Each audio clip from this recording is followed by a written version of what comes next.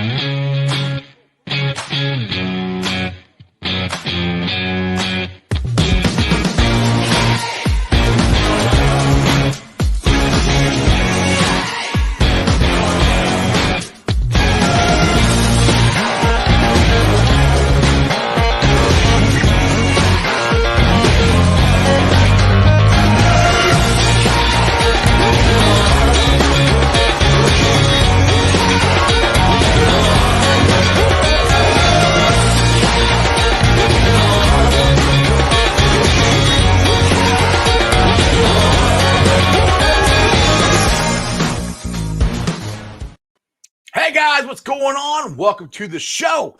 This is Sports with Strawberry Ice. I'm your host, the Iceman, Jeff Trunapole. And as always, I'm bringing you sports from a West Side point of view right here in the great city of Cincinnati, Ohio, home of Who Dey Nation and them Cincinnati Bengals. All right, guys, if you found the show, do me a favor. Hit that like and subscribe button. Smash that thumbs up. It's unbelievable. I'm up to 1,111 subscribers. I appreciate every single one of you guys. Let's keep it rolling. Let's try to get 2,000, then 10,000, 100,000. Let's get Strawberry Ice running worldwide. All right, guys, as you know, or maybe you don't know, this show and every show is brought to you by T Properties. T Properties, quality housing for quality people. Check out their website at www.tpropertiesllc.com for all your rental property management needs and your rental needs. So if you're in a market for a condo or a house or an apartment, or if you just have a rental property that you just don't want to manage anymore, get T Properties a holler. They will take care of all your rental property management needs. All right, let's get into this. Cincinnati Reds won yesterday, 7-6. Very interesting way to win the game. They scored the tie on a pass ball. They scored the winning run on a wild pitch. Thank God we have Tucker Barnhart as our catcher and not the guy that they have, because he cost them the freaking game. Now the Reds split the series with the Rockies 2-2. They are still only 2.5 games out of first place. They're playing peekaboo with 500 again. They're 19-19. I said this, the podcast that I did Saturday, and it dropped today. It's called FU, We Like the Bengals with our Alex Sherbert. We discussed the Bengals, the Reds, the Bearcats, all this stuff, and we discussed how the Reds keep playing, like I said, peekaboo with 500.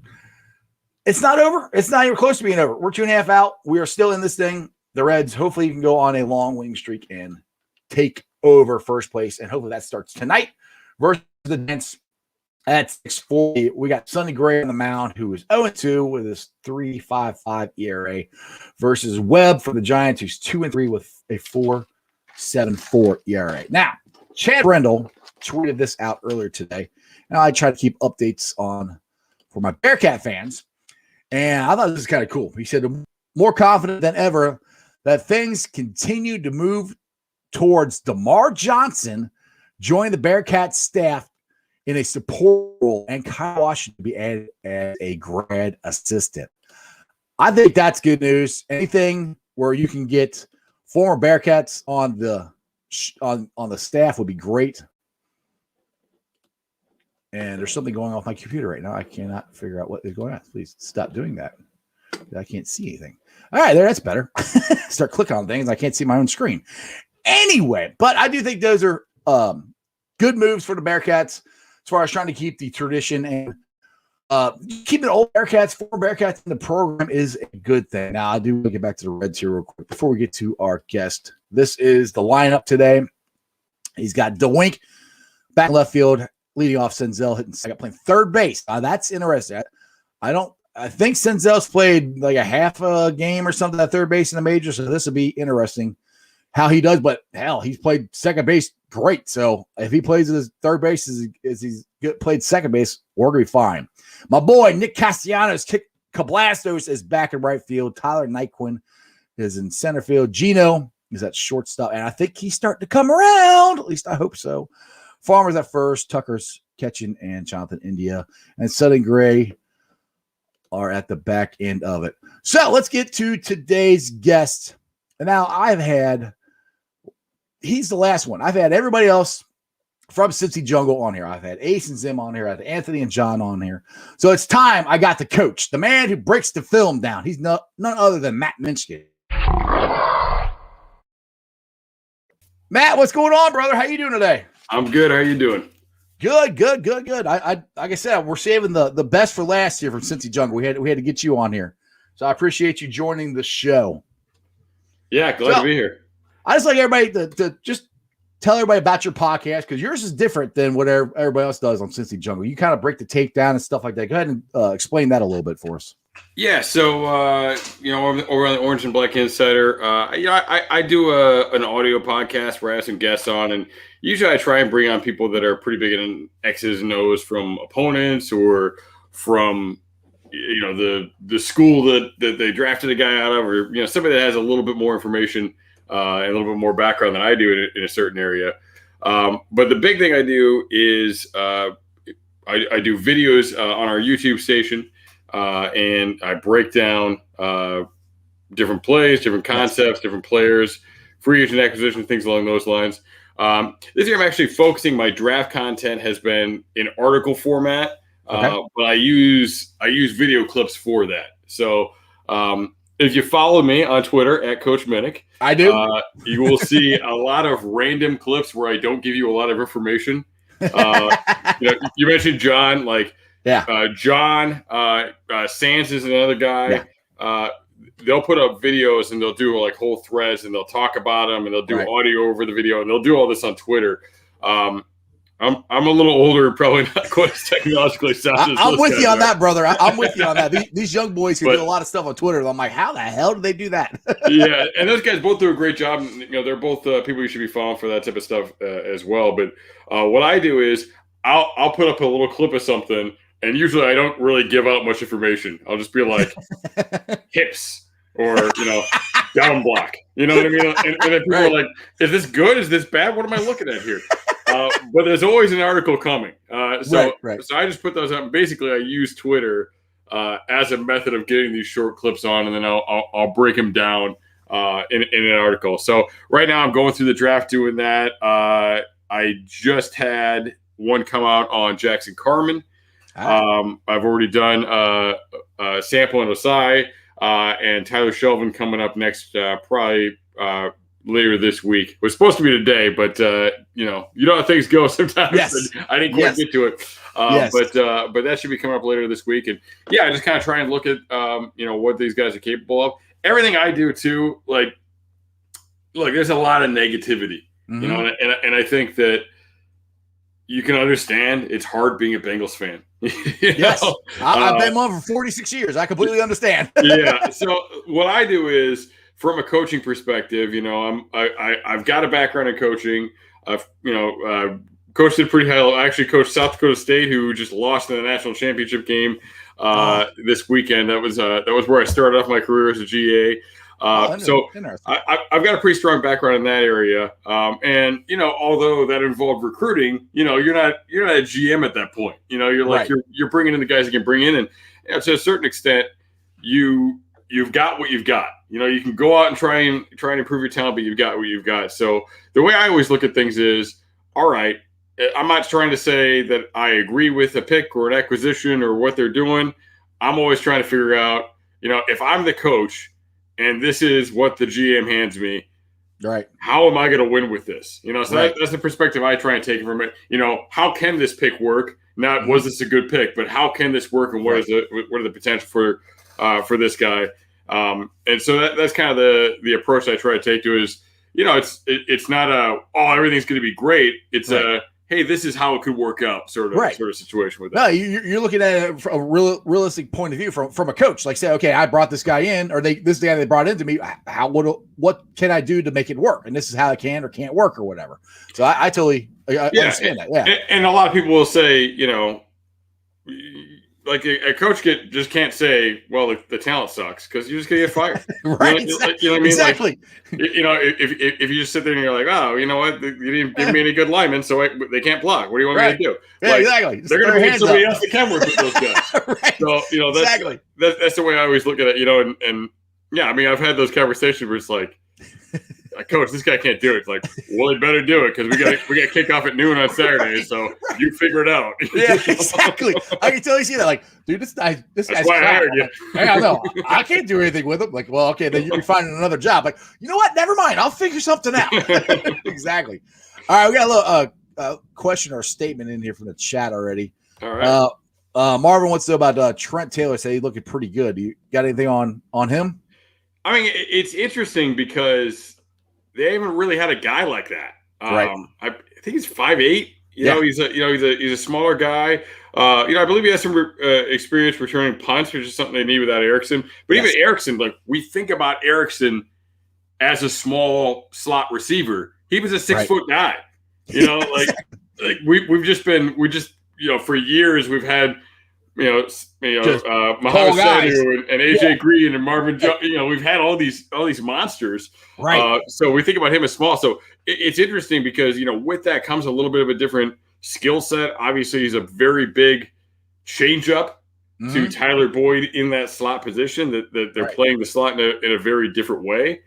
So it's interesting that it gives you that dynamic, but we haven't really seen them use that in the past. And it's not something we've really seen out of Zach Taylor. So it would be an interesting little piece to bring in, and maybe a guy that a team has a pretty good safety that's matching up well with Boyd, and they're playing cover one and stuff. Maybe you throw a Trent Taylor in there, and maybe he's just a little bit quicker, and some of the whip routes and double moves and stuff like that. Maybe he can get open, on some of that quick stuff. So it's an interesting changeup guy, an interesting new kind of dynamic they could add there. So what's your thought? Like a changeup. What's your thoughts on? I call him Captain America, Chris Evans. I think he could be a potential steal, because I think he's another guy. I know he didn't return punts in college, but I think he could be capable of it, and also being in the slot and coming out of the backfield. I think he's Geo 2.0. What's your thoughts on that, on Chris Evans? Yeah, I mean, it's interesting. I really liked Travion Williams. I thought Travion Williams was Geo 2.0 coming out. Right. We haven't seen a ton of him.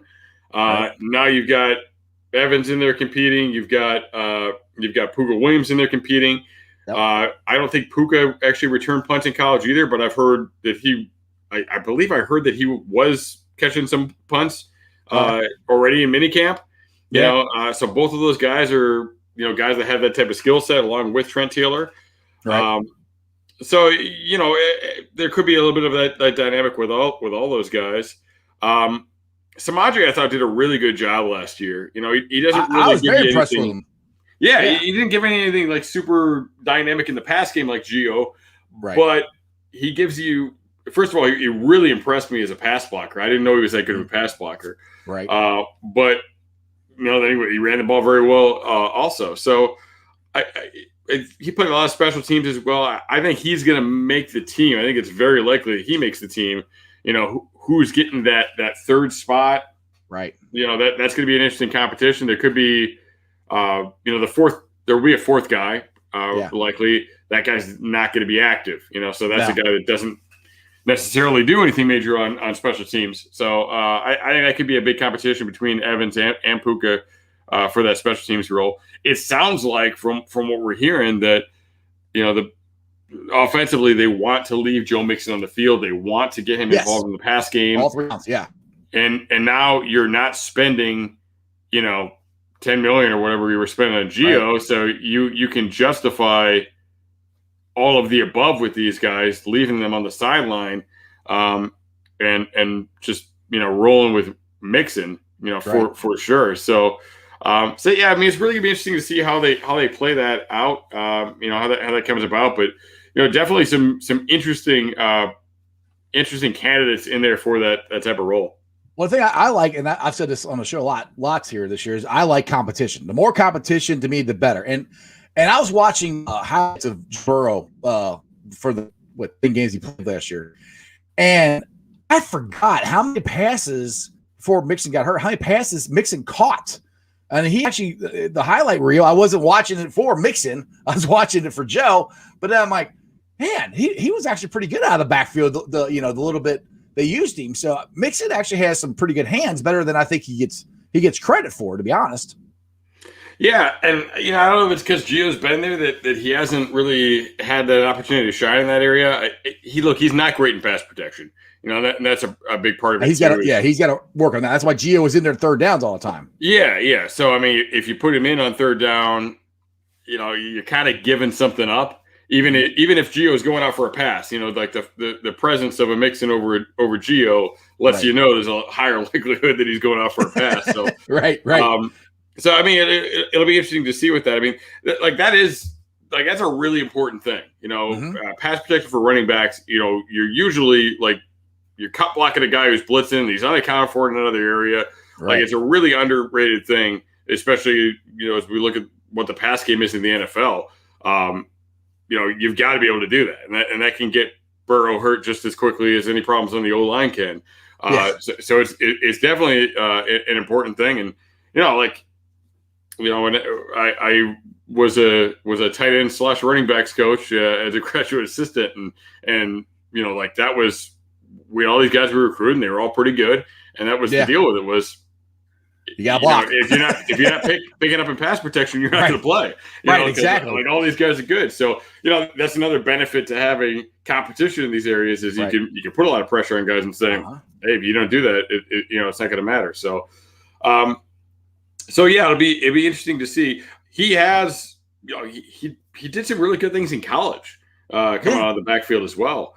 There's some different things that they did at LSU that I'd like to see from, just extending the guy and kind of getting him out of there in order to get a 5 receiver look, but out of 10, personnel or 11 personnel. That'd be fun to watch that. You can also just getting him out of the backfield and getting him deep. That's what I get really excited about is, when you can get this matchup, you've got the single receiver side of the formation. So there's one corner over there, and the safeties are really thinking about the other side of the formation. You run that corner off, and you sneak him out and keep taking him deep. Right. Who's covering him? It's probably a linebacker there. It's not a great matchup. If you can put a good ball on him, and that's a really good play. I know. Right. I actually highlighted plays when they came out and talked about how they asked Burrow about his favorite plays from LSU that they were going to try and incorporate. One of them that I talked about was a play like that he threw to Edwards-Helaire, come out of the backfield, and I think it was like a 20-yard touchdown. So really cool goal line plays too. From that perspective too, because you get a lot of man down there. We've seen the goal line stuff, and really I'm saying goal line, but I'm really talking about like red zone, 30 in.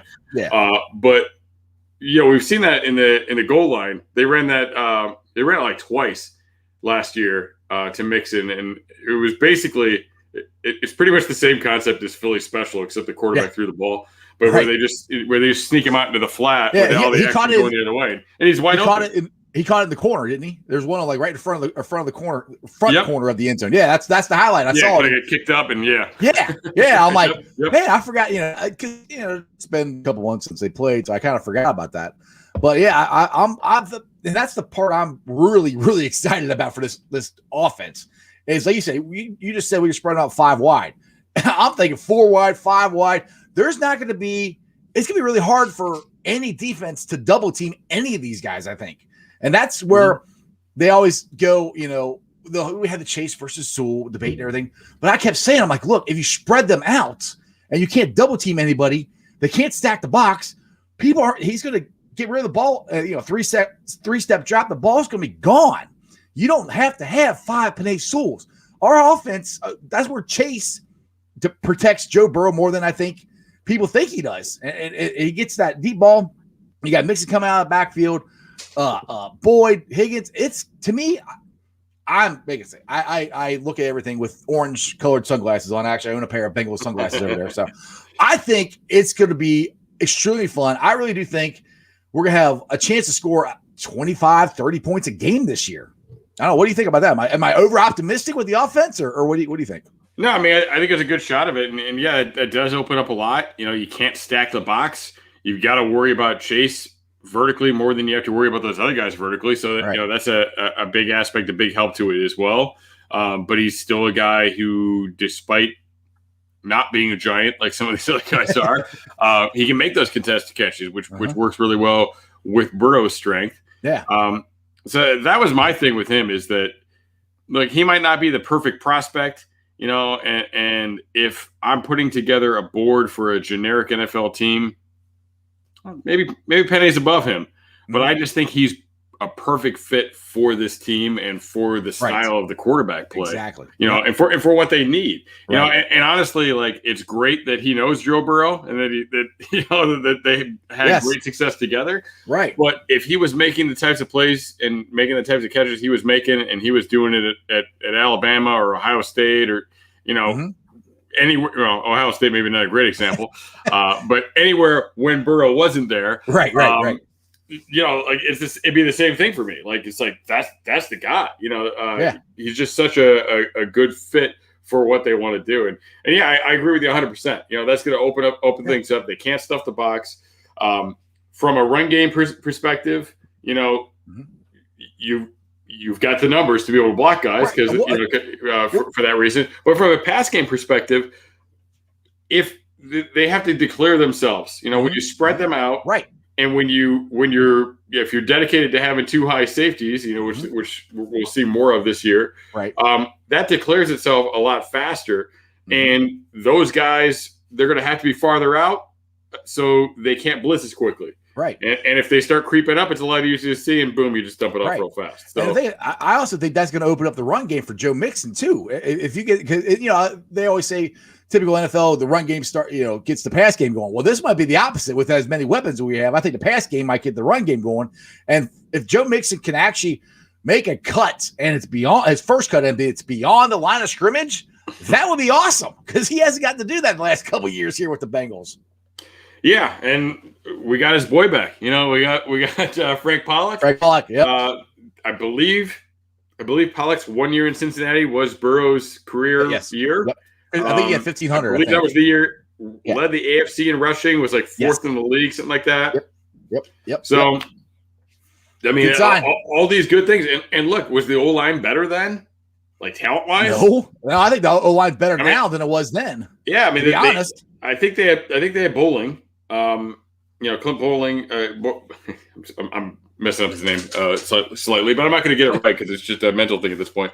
But you know what I mean? So, like, look, that was a good left guard. You know, that was definitely better than what they've had in left guard the last couple of years. But overall, that line wasn't better. No, you know, they still have Bobby Hart at right tackle. They didn't have Jonah at left tackle. Nope. You know, so I mean, I think he's actually got more talent now, and it's going to be exciting too, because a lot of people like Fred Johnson. Yes.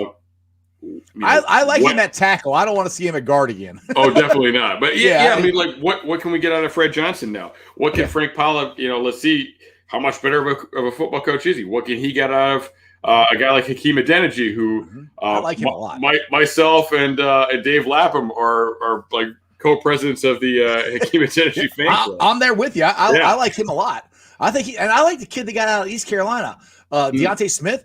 Dude, honestly, he puts enough weight on what he's already added weight since the season's ended.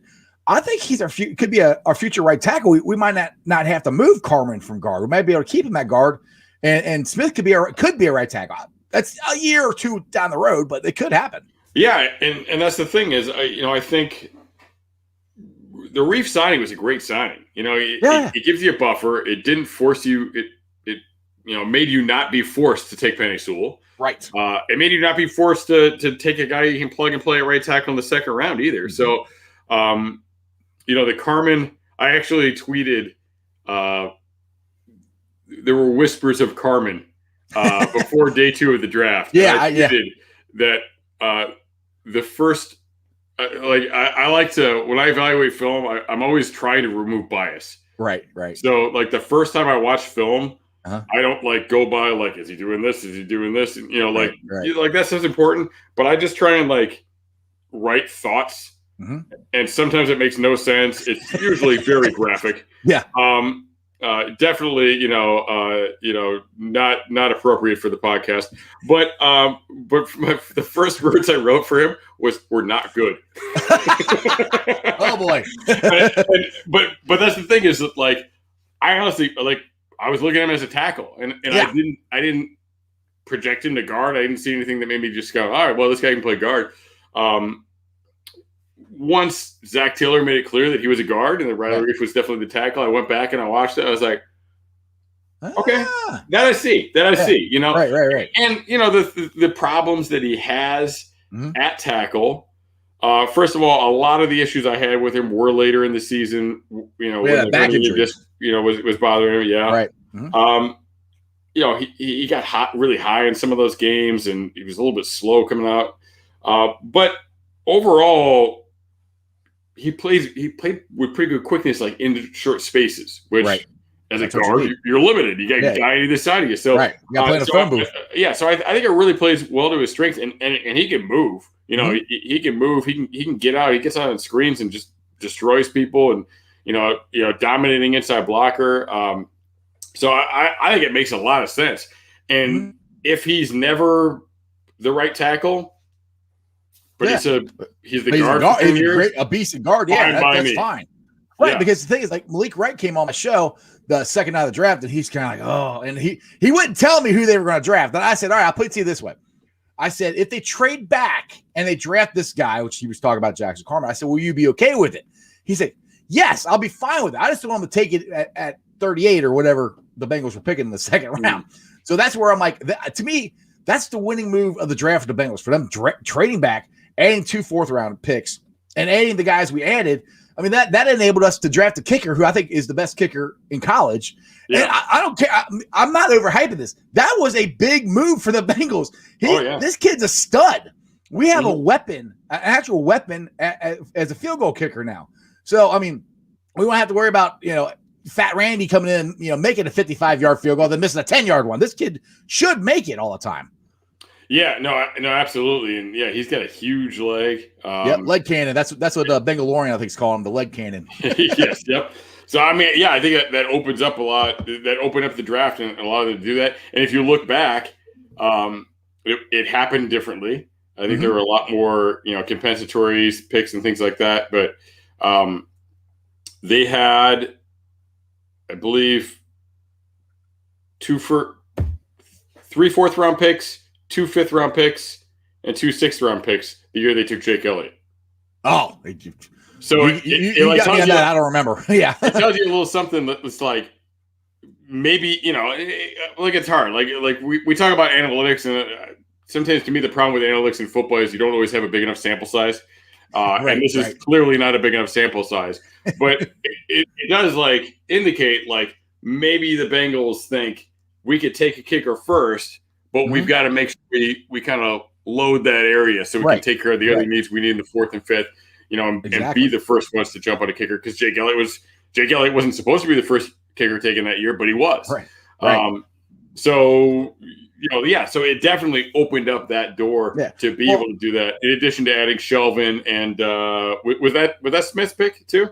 Yeah, Shelvin Smith and they got the sample too in the 4th round. Okay, that was the sample. Okay, so I mean, so it opened up the door to be able to get the 2 extra guys in the 4th, as well as spend one of those picks on a kicker. Because like if you don't have those picks, and all of a sudden you're sitting there and you're looking at at the tackles there, you're like, well, maybe we need that tackle for developmental purposes. Right. Exactly. Well, in the 4th round, let's talk about Shelvin, which my co-host Jeremy would call him Big Daddy Bayou, and Sample. I honestly think those two could be starters, maybe possibly by the end of the year, possibly. Well, maybe not, because Shelvin can move, or not Shelvin. I mean, Sample can play inside too and outside. So maybe not a starter, but a big rotational player for the Bengals and a big contributor to the team this year. Yeah, when you look at defenses that are really good, like defenses that drive your team's success, Mhm. The Eagles a few years back, are a great example of this. They are not only good on the D line, they are deep on the D line. Yes. Look at the Bengals won our 5-year playoff run. We were deep on our D line. We could bring it from everybody. So yeah, you're right. So I think having that, look, they had no pass rush last year. And then they go out, they get Henderson, and then adding these two guys as well. Now you've got some really nice rotational pieces. You've got Hubbard, who Hubbard too. Yep. Is on third downs a lot of the time they're bumping him inside. Right. So that's a great opportunity. And that's where you're going to see these guys coming in and playing on the outside a lot. But as you mentioned, Sample has experience on the inside. So right. I mean, maybe it's him and Hubbard are the two D tackles on third and long sometimes. Right. So there's some really cool, interesting things that you can do in that aspect. It's kind of ties in with like last year we saw the young linebackers on third down. Yes. And they were really strict with that. Yeah. So I wonder if Al Golden will get to play with these guys on third down next year. Yeah, I was wondering if they will put Hubbard on the inside more now because they have Osai and they have Sample. I could see Hubbard being kicked in the inside way more often than he has been in the past year. Let's get to some of these questions here. I got people asking questions here. We keep talking, and I'm like, I feel bad if I don't get to them. All right. That's not it. Hold on a second. This is the one I want. Orange Arrow, can y'all tell me why other teams have more rookies mini camp days than we did? I have no idea. I didn't even know. I wasn't even aware that was a thing. That's a new one to me. I don't know. I think they start at different times. Like you can start at a different time, but I didn't realize that people were having them for longer. I don't know. I'm not really up on the rules because last year we didn't do any of this, so right. I don't know if they changed anything or not. Yeah, last year we didn't have anything. I was kind of surprised they had OTAs and stuff. I'm like, oh really? Okay, we're back to that now. All right, here's another question. I think he's gonna be started. Jeff wants to know, is Jack's Carmer looking good to start game one? I think he is. What's your thoughts? Yeah, I think he starts game one, right guard, right next to Riley Reif. And assuming Trey is back, that's a great spot for a rookie to be. Between two experienced, very intelligent players with Trey Hopkins and Riley Reif. So. So people that he can communicate with and he can kind of work with them on the fly. So I definitely think he's the day one starter at right guard. All right, Crypt Keeper he's been telling me this for months. He thinks Darren Simmons would be a rock star as a head coach. Do you agree that I'm not disagreeing, but I think Darren Simmons is a hell of a special team coach. But Crypt's always telling me if Zach is gone that Darren should be our next head coach. If they're going to move on from Zach Taylor, they should do it. They should do it early, right? And give him a shot. Yeah. I mean, number one, I think he's earned it. Mm-hmm. I think that we'll see. I think the Giants have some other issues, right? But we'll see how Judge does. But I mean, honestly, I think there's something to be said that the special teams coaches, because of how they have to organize things and their interaction with a much larger group of people, right. Than an offensive or defensive coordinator. I think there's something to be said that, I think there are definitely ways in which a good special teams coach is more ready, right, to be a head coach than a good offensive coordinator or defensive coordinator. So, I mean, I definitely think there's something to be said for that. And he's a guy that, number one, if they make a move, he needs to be interviewed, and number two would be if they're going to make the move, do it early. If they know they're going to do it, they shouldn't wait till the end of the season, because they should give him a shot and see how he can react in that situation. Well, because I mean he's a really good football coach, and like I said, I think with special teams too, I think you have a lot of situational football awareness that doesn't necessarily come naturally to offensive and defensive coordinators. Yeah, hopefully not. Like I said, I have the orange sunglasses on all the time. Hopefully that won't happen. Hopefully Zach gets off to a great start and we get off, to 3-0 start or something like that, and Yeah, roll into the playoffs. And that's the thing is like there's a lot of things that go into these things, and I have never called for somebody's job. No, and I make a point that I won't. I have for Lou Armadillo. I refuse to call him by his right name till he gets our defense going better, because his schemes and the way he backs up players, and I'm giving you another chance. You got more weapons you've ever had in 3 years here, so this is the year to put up or shut up. Now, Robert's got a question here, or a statement, I guess. You said the center guard from Georgia could be a starter too. Now that depends on, I guess, if Trey Hopkins is ready at the beginning of the year, either Bob or Hill. That's to the draft. Yeah, Georgia. I mean, I think it's going to be Hopkins, and if Hopkins is injured, it's probably going to be Price at this point. I think so. Yeah. I think you look at Hill and you're looking at the future. I don't think Billy Price is coming back. They didn't. No, they the biggest 5th-year option. Yeah, they didn't pick up the 5th-year option. I think he would like to move on. I think there's a lot of negativity about his progress in this fan base, and he's probably better off moving on for himself and his own career. So. Hopefully Trey will be ready game 1. He played very well under Frank. People forget he played pretty well in his first year under Frank Pollock as well. So, he did. If he's the guy, right? I'm okay with that. To be honest with you, I think Hill's a guy though that he had a torn meniscus this year. Yeah, and there's been reports that like you're not really seeing who he is as an athlete on film, and that I think he's like 6'2" or something. Like he's a center. He's not huge. Yeah, right. But he dunks.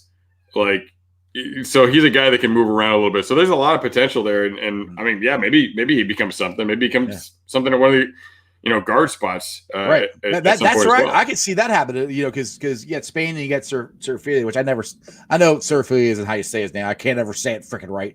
But that's gonna be your guard. Yeah, Carmen at one guard, and then those two at the other guard. So who do you think's going to win in that? And I'll give Jeff here the credit. Who's going to win the left guard spot, Spain or Serafili? Well, first of all, let's take the next step of this and think about all these guys we're talking about. Right. Like Hill, Adeniji, Johnson. You talked about competition, and the Bengals are. Somebody's not going to make the team for the Bengals on the O line. That's good. People like and they're pretty good player too. Yes, that's a good thing. I mean, it's bad for them, but that's good for they're us. going to get picked up and get on practice squads and stuff. Right. So, Prince from Ohio State. I don't think he's got a shot. To be honest with you, when I'm looking at the tackle depth right now, right. So that's a good thing. That you've got all that competition, that you're going to get that press in there.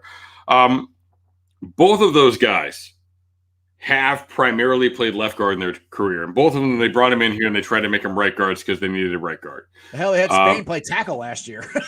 Yeah, right. He played everywhere. It's good that they're going to be doing something they're a little bit more familiar with. Right. We talk a lot about Spain, and Spain had some probably more success than Suafilo has in his career. At Buffalo, but. Suafilo played pretty well at guard last year, and he's probably the 3rd best lineman on the team, for his performance last year. Right. Which it's a little rough to say, but when you get past Jonah and Trey, I think he probably outperformed the rest of the group. So, right. It'll be interesting to see. I think a lot of people are talking about Spain, but I don't think we should look past Suafilo because I think he fits well in a lot of ways. He's a good athlete. He's a good processor, picks up stunts, things like that very well. Doesn't have quite the bulk that Spain has, which can hurt him a little bit with the bull rush and some of the some of the power moves. Spain looks a lot more like the guy that they're going to have at the other guard.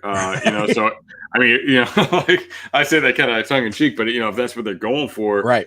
If that's what they want at those positions, then he might be a better fit there. So, well, I'll put it to you this way: when they had both Spain and guard, our run game up the middle got better. I mean, they were in there when we beat Squealers. They were in there together, I think, when we beat the Titans, and those are two of our best running performance gains. So that was our guards were rated terrible last year, but I think those two were our best. Obviously, we're our best two guards. So you're taking our best two guards from last year, and you're going to make them compete for one spot. That's to me, that's an improvement right there. That's awesome.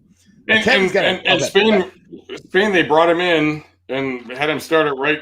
You know, they had him start at a position he never played like 5 minutes later. You know what I mean? Like, so he never really got a chance to learn. And, you know, now bring him in. He's got an off season. He's got, you know, he's, he knows the guy next to him. He's not meeting him on the field. He doesn't have to go, hey, I'm Spain. How you doing? Nice to meet you. Like on the field, they'll actually know they'll know who he is now.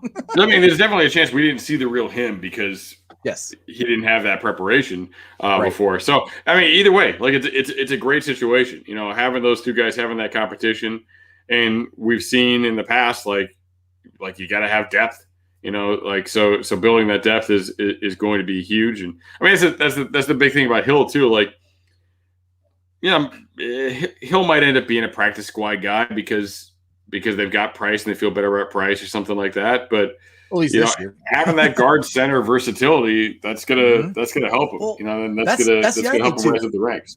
There's a lot of guys that they brought in this year, offensive line and defensively, that are versatile. And we just talked about the two guys, you know, Osai and Sample, inside and out. And Hubbard can play inside and out. There's versatility there. You got guys who play guard and tackle, or guard and center. That's a good thing for just your football team in general. Yeah, no, absolutely. And you know, I think defensively, you know, they talked about like the amoeba defense, and you know, the more flexible you are in that position, the better off you're going to be. And like a lot of that comes with what do you want on the field? Like we talk about offensively, and we were talking about, hey, you can put Joe Mixon out and you can put CJ Uzomah out. Now you're running 5 wide, but now with 5 wide, you know, like if you put 5 receivers in the field, like defensive coordinators are going to be like, okay, here's 7 defensive backs. You know what I mean? Like you can match that. But when you have that versatility, it's all single coverage though too. That's the thing. It's all single coverage. Yeah. Well, but I mean, you can get the matchups you want to some extent, because you know my 6th corner, you know, might be able to run with your 5th receiver, but you really get stuck. You know, when you're able to do that with Joe Mixon, you're able to do that with CJ Uzomah.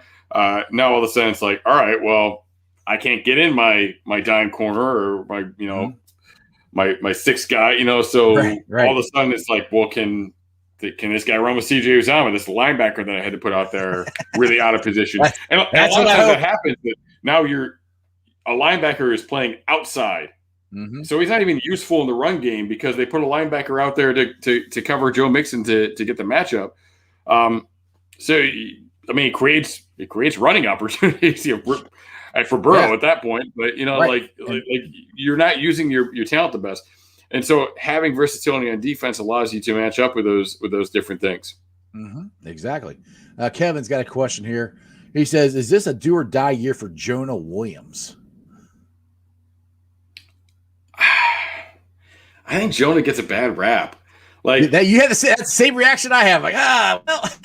So here's the thing. Like, number one, Jonah's injury prone. Yeah, he was literally never missed a game in college. Right, exactly. He gets here and he aggravates an injury that you can see if you go back to. I believe he came out as a junior. So you go back to his sophomore year. He was wearing a brace on that shoulder at Alabama, like his whole sophomore year. Like, it's an old injury. I don't even, like he didn't do. I don't believe for a second that he did that. You know, on site in Cincinnati. Look, he had something old from college that wasn't really healed, and he had to get it taken care of.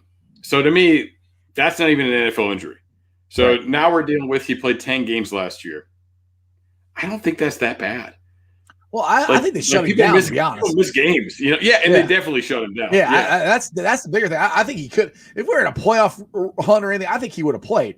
And that's the same thing with Mixon. They shut him down. Like, this season's over.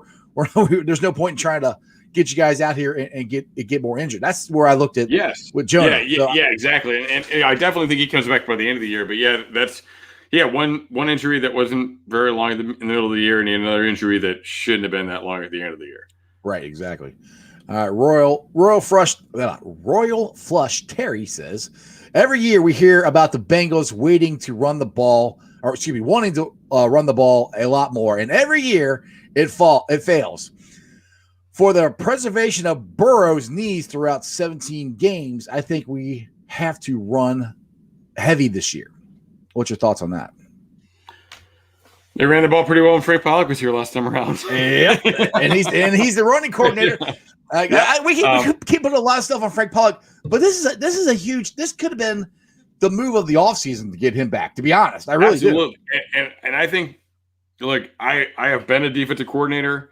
I have been an offensive line coach, and I honestly think at the NFL level, when your head coach is calling the plays, your offensive line coach is the most important assistant, and that includes all three coordinators. I think that's bigger than if they fire Brian Callahan or if they fire Lou Anarumo. Like, right. That's a much bigger move, making that change at offensive line. And the run game coordinator thing, like, it's a title they gave him, but basically all these guys do that because all these the play callers in the NFL, they're all quarterbacks. Like, right, exactly. They're all pass game guys. Well, yeah. Especially on this coaching staff, they're all quarterbacks. Yes, exactly. So like that's, they don't know the run game that well. They all lean on an offensive line coach for that stuff. Mm-hmm. So we should see some major changes in what the run game is, not just from a talent development standpoint at the O-line position, not just from a knowing what you're doing standpoint, but the scheme is going to change. Right.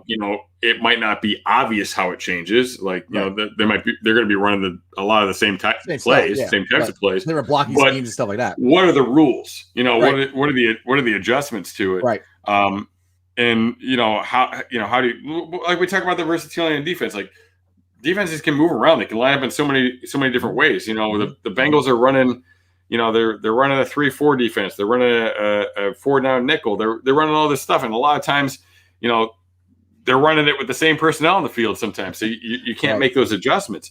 Offensive linemen need to be able to talk and communicate, and they need to have rules.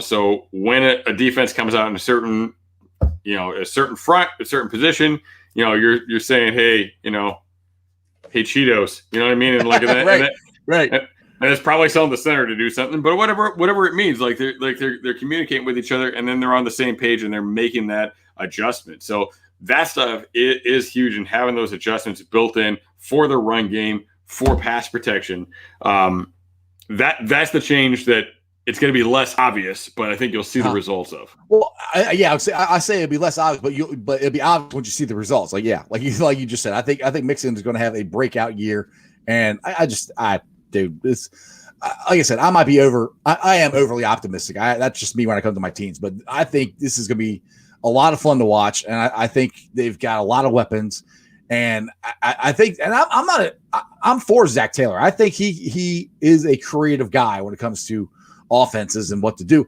And this is what I was trying to tell people before. We just haven't had the talent. Look at Bill Belichick. He lost Tom Brady. What did he do? He missed the playoffs. You don't have the players. You could be Vince Lombardi, and people think you suck. So you got to have the talent. You got to have the players. And finally, I think we're fine this is the best team that Zach Taylor has had as far as talent-wise goes and depth in the 3 years he's been here. Well, 2 years, third year starting now.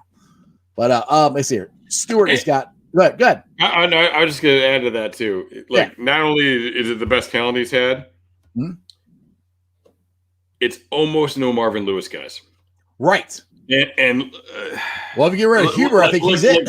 This is really tough. Look, we all love Dunlap. We all love Geno. Mm-hmm. Like, that's not going to change. No. Like, those guys could be in the Ring of Honor someday. Yep. But when you get down to it, like, if you look at the whispers, the people talking in the corner and all that stuff you were hearing about going on with the defense, it was all coming from Marvin guys. Yes. And the new guys, you didn't hear a peep from. Right. So at the end of the day, like they weren't winning at the end. You know, like Marvin wasn't winning at the end. You know, Paul Gunther, they weren't winning. You know, so you got to say, like, look, maybe we should trust the players that came from somewhere else a little bit more with what's going on. And that's tough. And you see that sort of thing in any kind of coaching change. And, you know, and like at the college level, like it breaks your heart sometimes because guys, like, they don't get on board with what's new and it screws up their chance in their career a little bit because it's just like, just turn the corner on it, just change a little bit. But yeah, so I think that's a big aspect of it is, those guys might not have been right for the time anymore, and they might not have just been on board with how things are changing. And now Lou Anarumo has Jesse Bates and his own people, essentially. So, you know, now it's really on him. You know? Exactly. And I thought last year was a make or break year for Anarumo, but apparently But it's like, honestly, it's like, it's tough. It's like, all right, well, all of a sudden you don't have a corner two, because I don't think Phillips is a little banged up, but I mean, he definitely wasn't playing like a corner two last year, and LaShawn Sims sure as hell wasn't. And you have no pass rush, which I thought that, you know, we were going to get something out of Carlos Dunlap last year. I thought so too. He didn't want to be I was in the minority who thought Gino was going to have a comeback year, because I didn't think he was that bad the year before. He just wasn't great rushing the passer. I thought he was going to take a step. If he didn't hurt his shoulder, that really hampered him a lot, I think. And Carlos didn't want to be here. I mean, he made that perfectly obvious. He didn't get along with Zach or Lou, or he didn't want to be here. So that's why I'm kind of like, and people are like, oh, we should, you know, this is what happens when you have a bad coach, yada yada. I was like, it's one player, and he didn't want to be here. And like you said, the only ones that were complaining are old Marvin Lewis guys, and the ones. And that by the way, they got rid of his coach too. Like, that's the other big change. You know, they got rid of the D line, so we'll see what happens with that. Exactly. All right, man. Well, it's 6:21. I got to roll out of here because today's my daughter's birthday, so I have got to get out of here to go to have her birthday dinner. But I appreciate you coming on, and we should definitely do this again, dude. Honestly, I can sit here and talk to you. I can sit here and talk to you for another hour about this stuff. So. But Matt, I appreciate it, and tell everybody where they can follow you at and your podcast and what you got going on. Yeah, so it's at Coach Minich, just like a spell right down there. And you know, if you follow me on Twitter, I pretty much put all my stuff on there. Cincy Jungle is where you'll see the articles, and then we have the podcast you can download on iTunes. Is the Orange and Black Insider, and the video version, you know, which includes the X's and O's breakdowns, things like that. That stuff can be found on the Orange and Black Insider YouTube page. Right now, I actually took a break from it because I'm doing draft content, you know, catching up on the new guys. But I've been going through Burrow's games one by one, you know, kind of looking at the good, looking at the bad, and you know, some of the things they need to work on. So I'm halfway through that. I'll have to check that out. That's gonna be good. Yeah, so that's you know, that's good some stuff, and it talks a little bit about like like one thing with Burrow too was it was like you look at like the Steelers game, you look at the Ravens game, and you're like, you could see the development through the game, and you knew he was seeing things he'd never seen before, and it was like, man, did I want to see him have another shot at those guys. So that's gonna be fun to see him get another shot at those defenses this year. Yes, it will. It'll be a lot of fun. I can't wait till Jackpot Joey comes and makes his season debut week 1. I'll be sitting in the jungle, section 158, cheering my freaking head off. I got season tickets, so it's going to be a blast. So, Matt, I appreciate you coming on the show. And again, let's do this again. Like I said, I can keep talking to you for an hour, but I appreciate you a lot, man. All right, brother. Thanks a lot, man. Who day? All right, guys. I hope you enjoyed that. That was a lot of fun. Now, I kind of talked about this on the live hit. As you can see behind me, we got the Jackpot Joey jerseys, and I got a couple of them that I can give away. And I was trying to figure out how to do it. So, and like I said, I really got to get the hell out of here. So hopefully you guys are pretty good at Bengals trivia. So the first one to give me the right answer to this one. Let's see here if I can read it. All right. What player holds the Bengals single season record for passing yards entering the 2019 season? Let me see if I can even see it here. I need glasses. Okay. So anybody know who's got the single season passing record entering the 2019 season? It is It's not Joe Burrow. I'll tell you that. And I got a guess from Crown Apple, Ken Anderson. And that is incorrect, sir. You're not going to, you know, if you guys don't like, I'm not going to give you a hint yet. I'll just, we'll start talking about, let's talk about Orange Arrow. What do you guys think about this? Orange Arrow's fantasy league. And I'm going to get him on the show sometime so he can talk about his fantasy football league that he's doing for charity. And he's got a link to his Twitter account. So make sure you guys go check it out. And ding, ding, ding, we have a winner. Sean, yes, Andy Dalton, the red rifle. That is the winner. So do me a favor.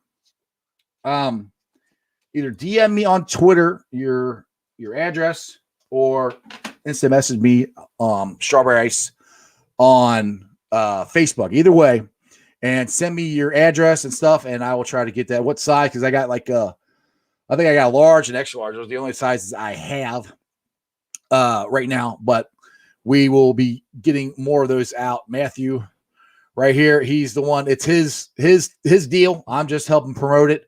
And once he gets the website up and everything, we will do a full-blown montage on it, telling you where you can get it, how much shirts are, because it's going to the Joe Burrow Appalachian Fund, I think, and also the Cincinnati Food Bank. Robert, you're right, but you're a little late, buddy. Sean, right here. He is the winner. So anyway, I appreciate you guys. I'll be doing this probably again this week. So you guys can make sure that you write your name down so I don't forget. Hang on a second. All right. All right. So I make sure I know who I get the guys. Like Sean, make sure you DM me on Twitter or on Facebook and give me your address, and I can ship that out to you. So it's been a fun show today. I got tomorrow, Dalton Signature is going to be on. If you guys follow him on Twitter, he is a really, really good artist. He does a lot of cool Bengals mock-ups with the jerseys and different things like that. He's a really fun guy. He's a Bengals fan, and he's out in Seattle. So that'll be an interesting interview that I have set up for tomorrow. Now I want to thank the Facebook groups that let me live stream. And as always, Who Dey Nation, you guys are my boys. One of the best Bengals groups around. Check them out. Cincinnati Reds rounding third, heading for home. Another great Reds group. Bearcat Country. Kyle's got that play rolling. Check out Bearcat Country. I'm telling you, Bearcats, our football team is going to be balling out this year, and basketball team is not going to be too far behind in a couple years. Maybe not this year, but very, very soon. They got the Ohio State Bucknuts for my boy Jeremy D. Check that out. You got the Ice Bar. It's my page, my show page. Check it out. It's a virtual bar. We hang out. You can build up to a bar, drink some beers, and talk some sports. Then you can follow me on all my social media platforms, all under Sports with Strawberry Ice. I'm on Facebook, where I have 1,064 likes, and I have 1,163 followers. I'm also on Twitter. Again, Sports with Strawberry Ice. The handle is Jeff A. Trenopole. That's TRENEPOHL. I have 567 followers. I'm on Instagram. I'm at 90 there. TikTok. I'm at Sports with Strawberry Ice. Iceman 90, 290 followers there. I'll be pulling the sound off later on tonight. Might be a little later. Like I said, I'm going to my daughter's birthday dinner. So if I don't get it up tonight, it'll definitely be up tomorrow. Make sure you like, rate, and review. Give me a 5-star review. Pretty much wherever you get your podcast, it's there. Podbean, Apple Podcasts, iTunes, Spotify. So if you can't sit there and watch an hour of me rambling on, you can listen to me for an hour. And YouTubers, like I said, you guys are doing awesome. We are at 1,111 subscribers. I appreciate every single one of you. Please continue to promote the show. Tell your friends about the show. Let's try to keep it rolling. Let's try to get to 2,000, and then 10,000, then 100,000. And like I said, let's make Strawberry Ice run worldwide. And other than that, as my man, Jerry, not known as Dimebag D, would say. All right, ready? All together. Here we go. Remember one thing, and one thing only, and that is, you don't live in Cleveland, you live in Cincinnati, so act like it. Who Dey? We're going to have a fun year. Hopefully the Reds will win again tonight. 2 games out. Not bad. Let's go. And other than that, that's just sports, baby. See ya!